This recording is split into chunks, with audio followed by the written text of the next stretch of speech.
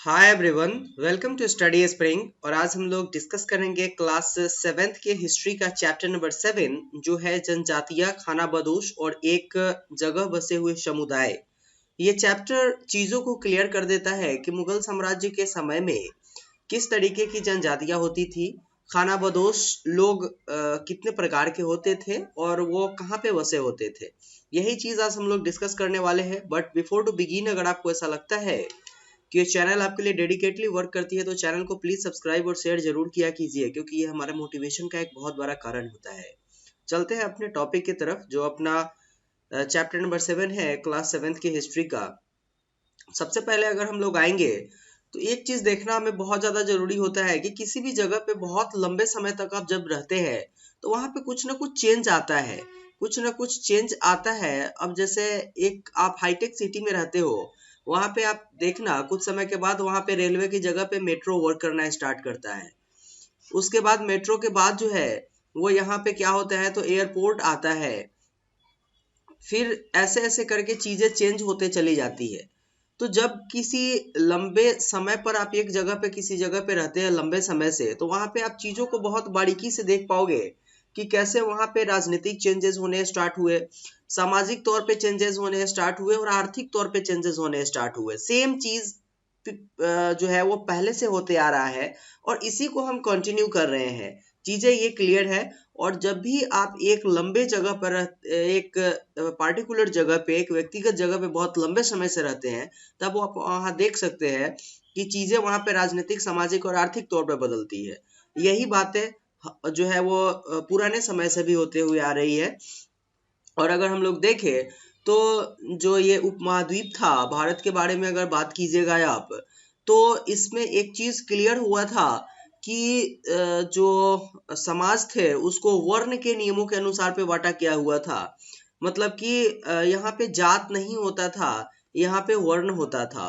और वर्ण चार होते थे: ब्राह्मण, शूद्र, वैश्य और क्षत्रिय। तो ब्राह्मण वो होते थे जो वेदों का काम करते थे। इस तरीके से शूद्र वो होते थे जिनको जो है वो यज्ञ वगैरह करने का अधिकार नहीं था। क्षत्रिय लड़ाई करते थे और वो युद्ध में शामिल होते थे। जो है उसके बाद वैश्य जो है वो व्यापार करते थे। ठीक है, तो ऐसे ऐसे जो समाज था उसको वर्णों के हिसाब पे बांटा गया हुआ था। और इसमें जो है इस नियम को ब्राह्मणों के द्वारा बनाया गया हुआ था, जो बड़े बड़े राज्यों के राजाओं द्वारा स्वीकार किया गया हुआ था। तो इसको किसी भी तरीके से काटा नहीं गया था। मतलब अभी भी जो मुगल काल का जो समय था उसमें मुगल काल में भी ये चीजें कंटिन्यू होती हुई आ रही थी। अब अगर हम लोग देखें तो ये जो वर्ण व्यवस्था थी, इसमें कुछ ऐसे भी लोग होते थे, आज के समय में भी कुछ लोग एथिस्ट होते हैं, नो डाउट, जिनको भगवान पे बिलीव नहीं होता है। अब जिनको भगवान पे बिलीव नहीं है उनके लिए भगवान कुछ होते नहीं है, रियलिटी वही है। और ऐसे लोग एथिस्ट होते हैं जो भगवान पे बिलीव नहीं करते, उनको भगवान के एग्जिस्टेंस के बारे में कोई पता नहीं है और वो भगवान के एग्जिस्टेंस को मानते नहीं है, वो लोग एथिस्ट है। उस वक्त भी कुछ ऐसे लोग हुआ करते थे जो ब्राह्मणों के बातों को नहीं मानते थे और वो कर्मकांड और नियमों में बिलीव नहीं करते थे। अब ऐसे लोग जो होते थे वो समाज में अलग जगहों पर जाकर के रहते थे और इन्हीं को हम लोग जनजाति के नाम से जानते हैं। क्लियर है बात? बहुत बेसिक बातें हैं। और चीजें अगर आपको समझ में आ रही है तो चैनल को सब्सक्राइब और शेयर जरूर कीजिएगा, क्योंकि यही सब हमारे मोटिवेशन का एक कारण है। अदरवाइज पैसे नहीं मिलते हैं यूट्यूब से हमें। आए अगर हम लोग इसके ऊपर, तो जनजातीय समूह जो होते हैं वो संयुक्त रूप से भूमि और चारागाहों पर पर नियंत्रण रखते थे और अपने खुद के बनाए नियमों के आधार पर परिवारों के बीच बंटवारा करते थे। आज के समय की बात नहीं है कि अगर हिंदू धर्म में कोई बच्चा अगर जन्म लेता है तो उसके बाप के संपत्ति पे पूर्ण अधिकार होता है। ये जो चीज है वो उस वक्त नहीं होता था। उस वक्त कोई ऐसा नियम रहा होगा जो इस कबीले में, जो इस जनजाति में, जो इस बंजारे में अपने तरीके से लोगों के द्वारा बनाया गया हुआ था और वही उस नियम को जो है वो एक्सप्लोर करते थे। क्लियर है बात? खत्म है यहाँ पर। यही चीजें पढ़ना है। ये 80% की बातें हैं। 80% की बातों को छोड़ के केवल 20% की बातें हैं जो हमें इस एग्जाम से पढ़ करके और केवल एग्जाम को निकालने के लिए पढ़ना है। आगे अगर हम लोग आएंगे तो पंजाब में खोखर जनजाति 13वीं और 14वीं सदी के दौरान बहुत प्रभावशाली थी। क्लियर है? ये चीजें आपकी क्लियर करेगी, मुगल साम्राज्य के बारे में जो चीजें आपको क्लियर कर रही है वो है। अब अगर आप देखिएगा तो इसके बाद जो है वो गट्खर लोग जो थे वो बहुत महत्वपूर्ण हो गए थे। खोखर जनजाति के बाद गट्खर लोग, और उनके मुखिया का नाम जो था वो कमाल खान गट्खर था, को बादशाह अकबर ने मनसबदार बनाया था। मतलब वो क्या करता था, मनसबदारी करता था, और वो जो है अपने पार्टिकुलर एरिया में जो जमीन का पैसा होता था उसको कलेक्ट करता था और मतलब कि अकबर के पास पहुंचाया करता था। क्लियर है? तो गट्खर के बादशाह का नाम क्या था? कमल खान गट्खर। क्लियर हो गया बात। मुल्तान और सिंध में मुगलों द्वारा अधीन कर लिए जाने के बाद से पहले लहांग और अड़गुन, ये जो है लहांग और अड़गुन लोगों का प्रभुत्व अत्यंत विस्तृत क्षेत्र में फैला हुआ था। ये भी मुगल साम्राज्य के समय का ही था। और उत्तर पश्चिम में एक और विशाल एवं शक्तिशाली जनजाति बची थी जिसको बलोच के नाम से जानते हैं। बलोच जो था वो उत्तर और पश्चिम वाले एरिया में था, यहाँ पर पाक वाले में। और जब भारत आजाद हुआ था 1947 में, तो पाकिस्तानी बलूची जो थे यही यहाँ पर आकर के आक्रमण किए हुए थे। ठीक है, और यही बलोच लोग का आक्रमण था, जिसके बाद जम्मू कश्मीर के जो राजा थे हरि सिंह, उन्होंने भारत की तरफ अपना रुख किया और जम्मू एंड कश्मीर का क्या किया था, डेलीगेशन हुआ था इंडिया के लिए। क्लियर है बातें? अब अगर हम लोग देखें तो पश्चिमी हिमालय में गड्डी गरड़िए की जनजाति रहती थी, और उपमहाद्वीप के सुदूर उत्तर पूर्वी भाग पर नागा, अहोम और अन्य जनजातियां रहती थी। मतलब कि उपमहाद्वीप के सुदूर उत्तर और पूर्वी वाले एरिया में, मतलब इस वाले एरिया में जो अभी के समय में का अरुणाचल प्रदेश है और अभी के समय का असम है, इस वाले एरिया में कौन सी जाति रहा करती थी? तो नागा, अहोम और दूसरी जाति रहा करती थी, जिसको हम लोग अभी देखेंगे। बाकी अगर मौजूदा बिहार और झारखंड की बात करें अभी के, तो इस इलाके में 12वीं सदी में चेर ये जो है सरदार शाहियों का उदय हुआ था। ये भी अपने आप में एक जनजातियां हुआ करती थी। और बादशाह अकबर के प्रसिद्ध सेनापति राजा मान सिंह ने 1991 में चेर लोगों पर हमला किया था और उनको परास्त किया था, और उनसे बहुत अच्छे जो है वो धन की भी प्राप्ति की थी। तो अकबर के जो सेनापति थे उनका नाम था मान सिंह, और मान सिंह ने किस पे आक्रमण किया था? तो चेर जनजाति के ऊपर, और उससे उन्होंने अच्छे खासे पैसे जमा किए थे। औरंगजेब के समय में मुगल सेनाओं ने चेर लोगों के कई किलों पर आक्रमण किया था और कब्जा भी किया था यहाँ पर, और इनसे भी बहुत सारे पैसों को एकत्रित किया गया हुआ था। ये आपका अकबर और औरंगजेब दोनों के समय में चेर जनजाति के ऊपर जो है वो अटैक किया गया हुआ था मुगल साम्राज्य के तरफ से। आते हैं इसके बाद जो है वो पंजाब में जो जनजाति आगे सॉरी जो झारखंड में जो जनजाति आगे बढ़ी थी उसमें मुंडा और संथाल लोग थे। ये उड़ीसा और बंगाल में भी रहते थे। ये जो है वो एक तो झारखंड में रहते ही थे और बंगाल और उड़ीसा में भी इनका एग्जिस्टेंस था। इसके बाद कर्नाटक और महाराष्ट्र की पहाड़ियां में कोली, बेराद तथा कई दूसरी जनजातियां निवास करती थी। तो पंजाब के पहाड़ियों में कोली, बेलाद जनजाति जो थी वो निवास करती थी। कोली लोग गुजरात के कई इलाकों में रहते थे, तो कोली का जो एग्जिस्टेंस था वो गुजरात में भी हुआ करता था। क्लियर है बातें? इसके बाद जो है वो कुछ और दक्षिण में कोरागा, वेतर, मारवाड़ और दूसरी जनजाति की विशाल आबादी रहती थी। दक्षिण वाले एरिया की अगर बात करें, साउथ वाले एरिया में तो भीलों की जो बड़ी जनजाति थी और पश्चिम और मध्य भारत तक फैली हुई थी। मतलब यहाँ अगर अपना प्यारा भारत देखे इस तरीके से, तो यहाँ पर इसका एग्जिस्टेंस हुआ करता था मध्य भारत पर, जहाँ से कर्क रेखा होकर के गुजरती है। क्लियर है बातें? इसके बाद इंपॉर्टेंट अगर बात आए तो बंजारा लोग सबसे महत्वपूर्ण व्यापारी खाना बदोश हुआ करते थे। मतलब कि उन लोग व्यापार करते थे, ठीक है, और खाना बदोश होते थे, घूम घूम करके खाना खाते थे। क्लियर है बातें? और उनका कारवा टाड़ा कहलाता था। ठीक है, ये आपके सारे जो भी आपको इस तरीके से मैं जो है वो हाईलाइट करके देता हूँ, कहीं ना कहीं से प्री के फैक्टर्स होते हैं तभी देता हूँ। और क्वेश्चंस जो आपके शाम में 7 बजे स्टार्ट होते हैं, एनसीईआरटी बेस्ड जो क्वेश्चन ज्योग्राफी के होते हैं, जब ज्योग्राफी के खत्म होंगे तो हिस्ट्री के होंगे, यही सबसे क्वेश्चन को उठाया जाता है और दूसरे जगह पे नहीं होता है। इसलिए मैं रिक्वेस्ट करता हूँ आपसे कि ये वाला जो चीज है ना, इसको लोग पूरा पढ़ा कीजिए। जब आप पूरा पढ़ेंगे ना तो उसमें आपके क्वेश्चंस क्लियर होते चले जाएंगे।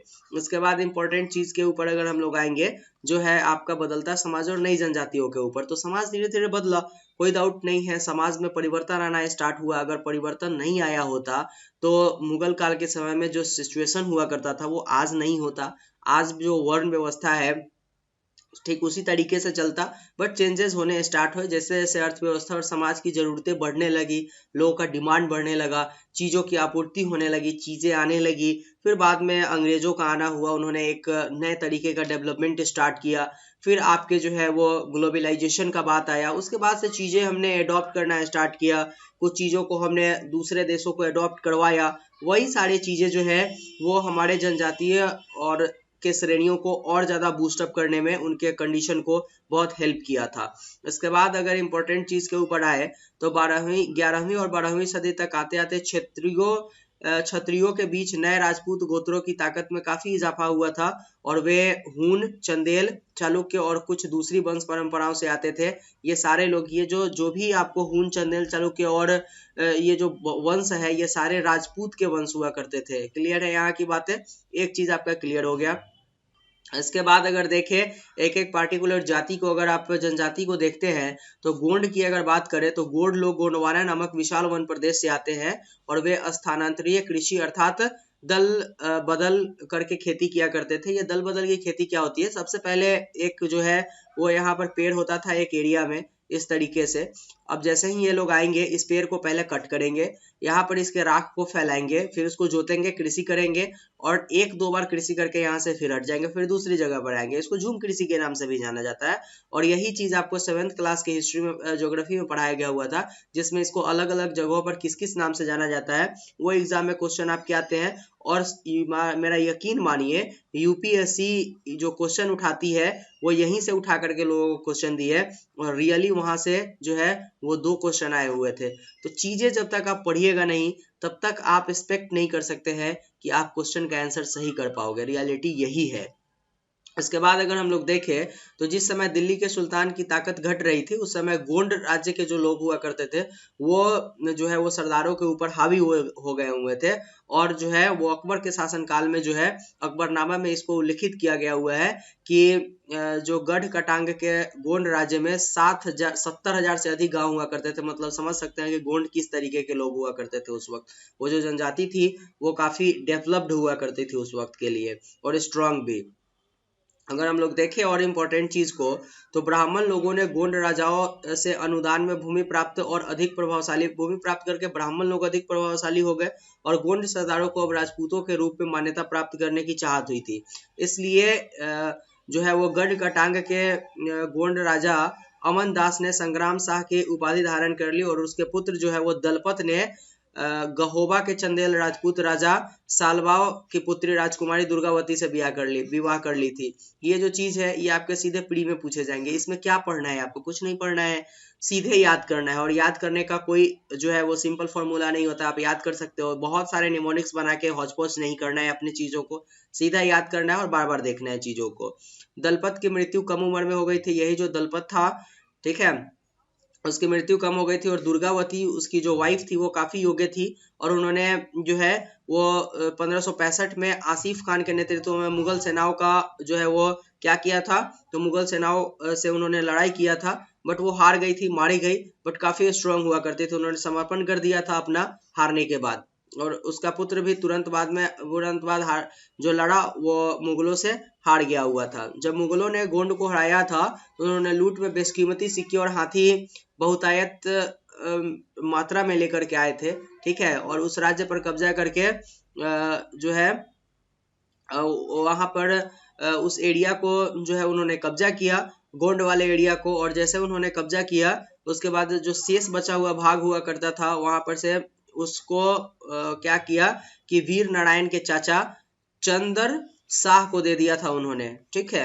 ये चीजें थोड़ा सा पॉलिटिकल्स है जिसको समझना जरूरी है उस वक्त के लिए।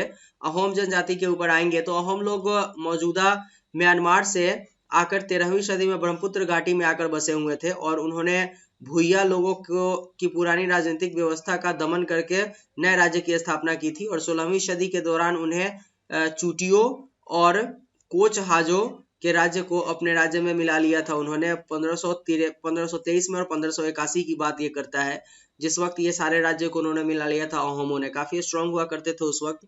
इसके बाद 1662 में मीर जुमला के नेतृत्व में मुगलों ने अहोम के ऊपर हमला किया, ठीक है, और अहोम लोगों का पराजय हुआ। और अहोम राज्य जो बेगार पर निर्भर हुआ करती थी, राज्य के लिए जिन लोगों ने जबरन काम करना स्टार्ट किया वो पाइक का है। इसी में इन्हीं अहोमों में से लोगों को पाइक के नाम से जाना जाने लगा। क्लियर है बातें। अहोम समाज कुलों में विभाजित था जिसे खेल कहा जाता था। तो खेल का संबंध जो है वो अहोम जनजाति से है। और ये खेल जो है ये क्या होता था कि अहोमों की जो पार्टिकुलर जातियां होती थी, कुल होती थी, उसी का विभाजित रूप खेल कहलाता था। इसके बाद और देखें अगर इम्पोर्टेंट, तो किसान को अपने ग्राम समुदाय के द्वारा जमीन दी जाती थी और समुदाय के सहमति के बगैर राजा तक उन्हें वापस नहीं ले सकते थे। अहोम जनजाति की यह बात करता है। शुरुआत में अहोम लोग अपने जनजातीय देवताओं की उपासना करते थे, लेकिन 17वीं शताब्दी के पूर्व में ब्राह्मणों के प्रभाव में बहुत ज्यादा बढ़ोतरी हुआ, जैसे गोंड के समय में हुआ था। ठीक है ना। उन्होंने ख्याली पुलाव पकाना स्टार्ट किया था और बाद में जो है वो मुगलों से हारे थे उन्होंने। फिर अगर देखें तो मंदिर और ब्राह्मणों को राजा के द्वारा भूमि अनुदान दी गई और शिव सिंह के काल में हिंदू धर्म वहां का प्रधान धर्म बन गया हुआ था। कहाँ का जो है ये आपके किस समुदाय की बात करता है ये, तो ये आपके समुदाय की बात करता है, आपका जो है वो अहोम समुदाय की। अहोम लोगों के लिए जो है ये क्या बन गया हुआ था, तो हिंदू धर्म उनका जो है वो 1714 से लेकर के 1744 के बीच में हिंदू धर्म वहाँ का प्रधान धर्म बन गया हुआ था, जबकि वो लोग जनजाति हुआ करते थे। उसके बाद बुंजरी नामक ऐतिहासिक कृतियों को पहले अहोम भाषा और फिर से असमिया में लिखा गया हुआ है। बुंजरी नामक ऐतिहासिक कृतियों को जो संबंधित है अहोम जनजाति से। बाकी अगर पूरे चीज को अगर आप देखिएगा, एनालाइज कीजिएगा, तो एक चीज समझ में आया कि वर्ण आधारित समाज और जनजातीय लोग एक दूसरे के साथ लगातार संपर्क में आते रहे और इससे चीजें जब एक दूसरे में यहाँ से वहाँ ट्रांसफर होना स्टार्ट हुआ तो फिर से कुछ चीजें हम लोगों ने अडॉप्ट किया, कुछ कुरीतियां आई, कुछ अच्छे नीतियां आई। ठीक है ना। और यही समाज में जो है वो एक डिफरेंस पैदा करने का काम किया और समाज को बेटर बनाने का काम किया था।